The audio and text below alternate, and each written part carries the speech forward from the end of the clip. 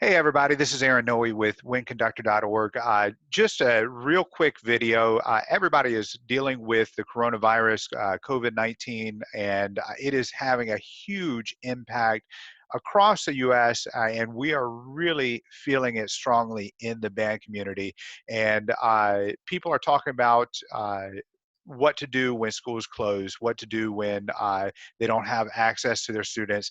And I asked Ed Protzman to come on and talk about this subject specifically because it's had a major impact on their program. And so, Ed, thank you so much for coming in and talking to us. No problem. It's great to be able to share and try and help everybody who's going through, in my 25-year career, something that is completely unnavigated before by people. Yeah. Yeah, and I think that's where a lot of directors are right now, having no idea how to, you know, tackle something like this. Now, you guys are completely shut down, right? Yeah, we found out yesterday.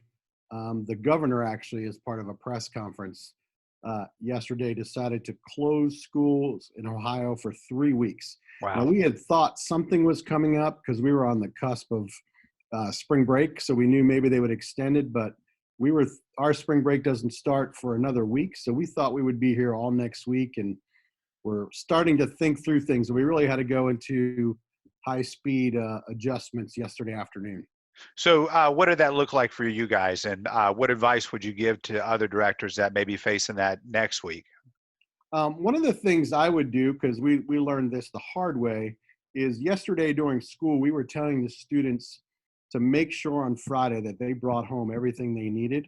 And it ended up that the governor canceled things yesterday. So what we had to do is come in this morning, and they allowed us to let students into the building one at a time to get Wow. their instruments and their folders and all those things. And so I would start having students make sure they leave nothing at school each night, because if your governor or your board of education decides to make that call, that's one step you don't have to worry about.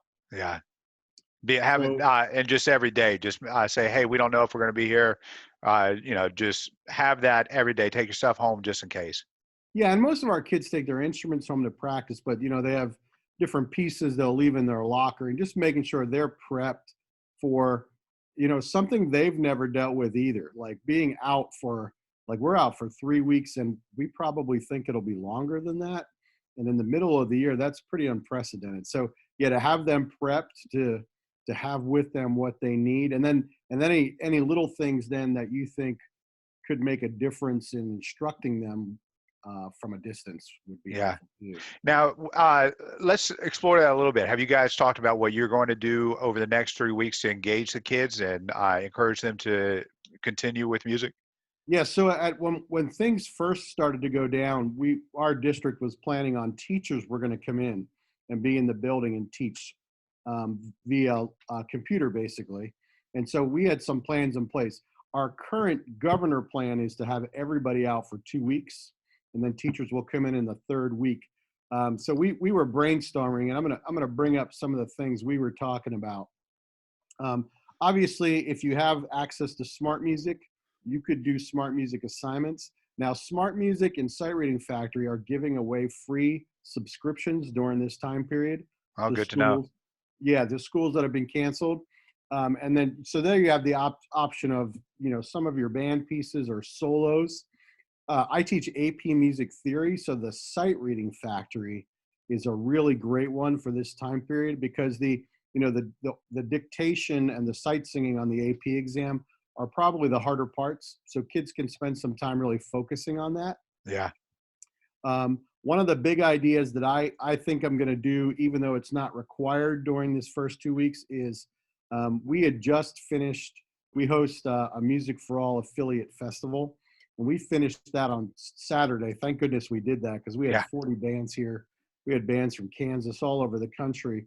So we're starting a new round of pieces.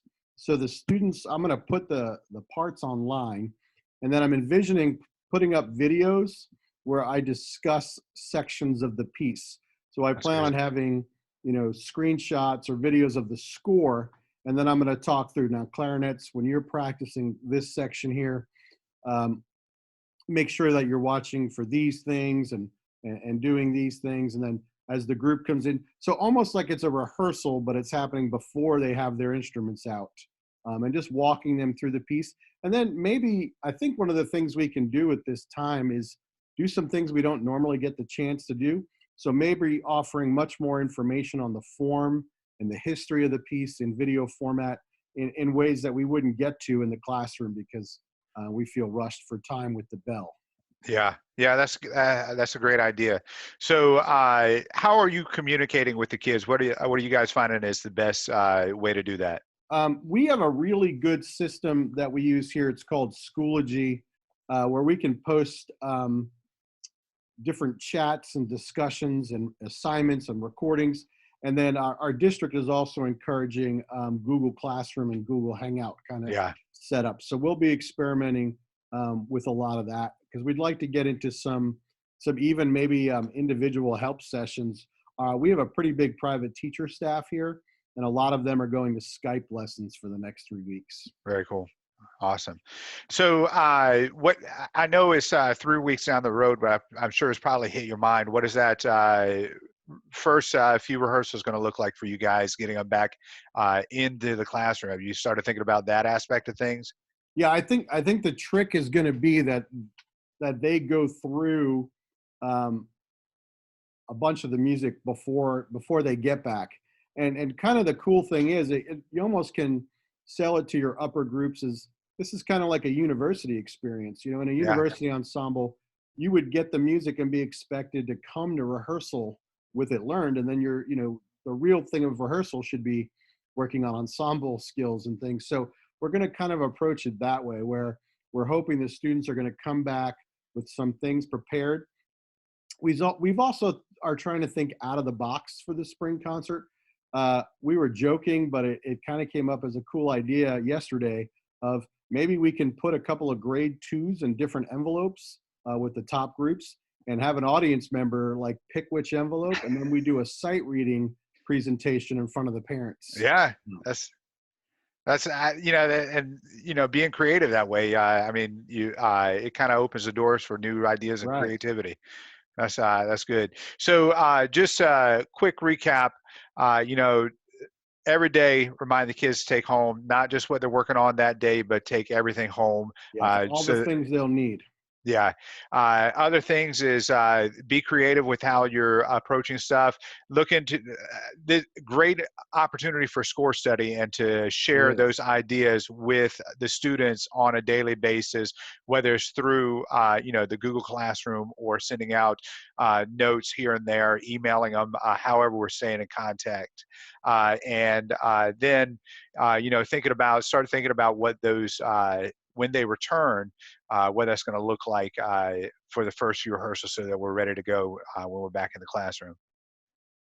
That's true. And I think it's also important for the directors to kind of have a go bag ready of the scores and the things they're going to need, because I have heard that some of the districts are sending people home and not allowing them to return to the building Wow. because of the deep cleaning and trying to keep the space, void of any new contaminants.